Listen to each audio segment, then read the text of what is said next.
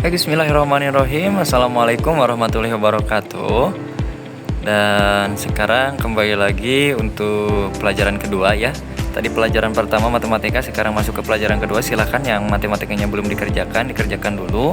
Dan sekarang masuk ke pelajaran kedua, yaitu bahasa Indonesia. Persiapkan alat tulisnya, catat materinya, catat contohnya, kerjakan kuis dan latihannya. Tentunya di buku bahasa Indonesia kalian masing-masing ya, buku catatan bahasa Indonesia. Materi sekarang yaitu mengenal berbagai jenis majas.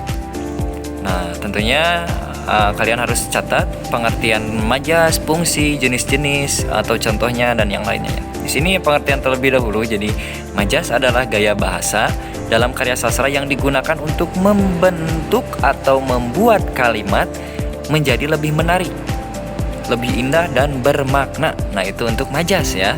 Jadi majas itu menggunakan atau membuat si kalimat lebih menarik, menggunakan kalimat yang lebih menarik menggantinya ya. Contohnya seperti apa, nanti ada contohnya. Sekarang fungsi-fungsi terlebih dahulu. Majas itu berfungsi sebagai menambah keindahan dalam bahasa, menambah keindahan. Yang kedua, membuat kalimat lebih hidup dan berkesan. Dan yang terakhir, digunakan dalam puisi, cerpen, lagu, dan pidato. Itu biasanya majas jadi digunakan untuk puisi, cerpen, lagu, dan pidato. Kemudian di sini jenis-jenis majas ada 4. Yang pertama, personifikasi, hiperbola, metafora, dan asosiasi. Masing-masing tentunya memiliki perbedaan dan pengertiannya masing-masing. Silakan kalian catat dan simak ya. Yang pertama di sini, majas personifikasi. Majas personifikasi adalah majas yang memberikan sifat-sifat manusia atau kebiasaan manusia kepada benda mati atau makhluk hidup selain manusia. Baik itu benda mati atau makhluk hidup, pokoknya selain manusia, yang diberikan sifat atau kebiasaan manusia. Contohnya di sini ada 2 daun-daun menari ditiup angin. Nah, pertanyaannya, apakah ada daun yang menari? Tidak ada. Yang menari itu siapa? Manusia. Tapi di sini berhubung majas personifikasi diberikan atau digunakan kepada daun agar terkesan lebih berkesan, lebih indah, atau kepentingan-kepentingan pantun, cerpen, atau lagu misalkan ya. Padahal pada kenyataannya daun-daun bukan menari tapi bergerak, ditiup angin. Nah, kata bergerak itu dalam majas personifikasi diganti menjadi menari. Jadi maksudnya ini adalah menari di sini adalah bergerak ya. Diganti menjadi menari, itu masuk ke majas personifikasi. Contoh yang kedua, matahari tersenyum menyambut pagi. Yang tersenyum biasanya kan manusia ya, atau makhluk hidup yang lain juga ada ya. Tapi di sini matahari tidak mungkin tersenyum. Apa kenyataannya atau dalam kenyataan aslinya? Apakah benar-benar tersenyum? Tidak, tapi apa? Cerah. Matahari cerah menyambut pagi. Nah, cerah di sini diganti menjadi tersenyum karena menggunakan majas personifikasi. Itu contohnya ya. Kemudian yang kedua, ada majas hiperbola. Nah, kalau majas hiperbola ini dilebih-lebihkan, baik itu benda mati, makhluk hidup, manusia ataupun apapun, jadi dilebihkan kalimatnya. Katanya diganti menjadi kata-kata yang lebih artinya. Ya. Kalau tadi memberikan sifat manusia, sekarang mah yang dilebih-lebihkan. Contohnya di sini, tangisannya mengguncangkan dunia. Pertanyaannya, apakah ada orang yang menangis sampai mengguncangkan dunia? Tidak ada. Ini dilebih-lebihkan karena mungkin sampai parah ya nangisnya, misalkan suaranya misalkan sambil teriak-teriak nangisnya, kan suka ada ya kalau ada hal yang buruk, misalkan ada sampai nangis sampai suaranya teriak, tapi tidak sampai mengguncangkan dunia. Nah, dalam hiperbola itu diartikan sebagai kata yang artinya lebih ya. Contoh yang kedua, tugas hari ini setumpuk gunung. Kalian mendapatkan tugas dari Bapak misalkan 2 pelajaran matematika dan bahasa Indonesia.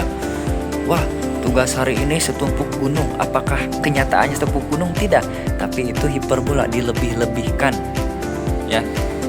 Kemudian ada majas metafora.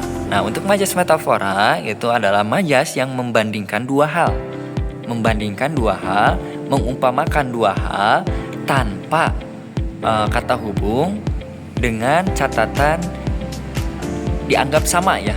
Membandingkan dua hal berbeda secara langsung tanpa menggunakan kata penghubung, karena dianggap memiliki kesamaan. Contoh, ibu adalah pelita hidupku. Di sini ada yang dibandingkan, yaitu ibu dan pelita tanpa kata hubung ya. Kemudian yang kedua, dia adalah harimau panggung. Kemudian majas asosiasi. Nah, majas asosiasi adalah yang terakhir, ini majas yang membandingkan, sama kayak tadi, benda atau hal yang berbeda, namun di sini menggunakan kata hubung ya, seperti bagaikan, laksana, dan ibarat. Contohnya, wajahnya ibarat rembulan. Di sini yang dibandingkan adalah wajah dan rembulan, tapi menggunakan kata hubung yaitu ibarat. Contoh yang kedua, semangatnya seperti api yang membara. Nah, itu juga sama, majas asosiasi. Nah, itulah tadi untuk jenis-jenis majas dan contohnya. Silahkan kalian catat contoh-contohnya dan pengertian-pengertian majas-majasnya ya. Dan di sini ada kuis, silahkan kalian kerjakan atau kesimpulan terlebih dahulu ya. Jadi jenis-jenis majas itu ada 4: personifikasi, hiperbola, metafora, dan asosiasi. Ciri khasnya untuk personifikasi itu benda mati seolah memiliki sifat manusia atau kebiasaan manusia. Hiperbola itu berlebihan atau melebih-lebihkan. Metafora membandingkan tanpa kata hubung. Sedangkan asosiasi membandingkan dengan kata hubung ya. Contoh kalimatnya, yang personifikasi, bunga itu tersenyum padaku. Sekali lagi, yang tersenyum itu kan manusia, tapi di sini bunga yang digunakannya. Kemudian tugas itu membunuhku, saking beratnya, saking banyaknya tugas membunuhku, padahal tidak, yaitu hiperbola, dilebih-lebihkan. Kemudian metafora, dia bintang kelas. Nah, dia membandingkan manusia dengan bintang, tapi tanpa kata hubung. Sedangkan asosiasi di sini suaranya seperti petir di siang bolong, saking menggelegarnya, kerasnya suaranya, dibandingkan dengan petir, tapi menggunakan kata hubung yaitu seperti. Nah, itu untuk ringkasan atau kesimpulannya. Di sini ada kuis, silakan kalian catat dan kerjakan. Dicatat ya kuisnya. Ini kuis yang pertama, silakan kalian stop, tulis dulu dan kerjakan. Kuis yang kedua sama, silakan kalian stop dulu, kemudian tulis dan kerjakan. Dan ini kuis yang ketiga juga sama, di stop dulu videonya, kemudian diketik atau ditulis dan kerjakan. Dan ini sebagai latihannya, silahkan kalian buat masing-masing 2 contoh pada setiap majas tadi. Majas kan ada 4, nah setiap majas berikan 2 contoh saja ya untuk latihannya. Ya baik, itulah untuk materi sekarang. Terima kasih atas perhatiannya. Kalau kurang paham bisa diulangi, atau misalkan nanti saat tatap muka kita jelaskan kembali. Itu gambaran untuk materi sekarang, penjelasan ringkas sedikit tentang jenis-jenis majas. Sekian dari Bapak, wabillahi taufiq wal hidayah. Wassalamualaikum warahmatullahi wabarakatuh.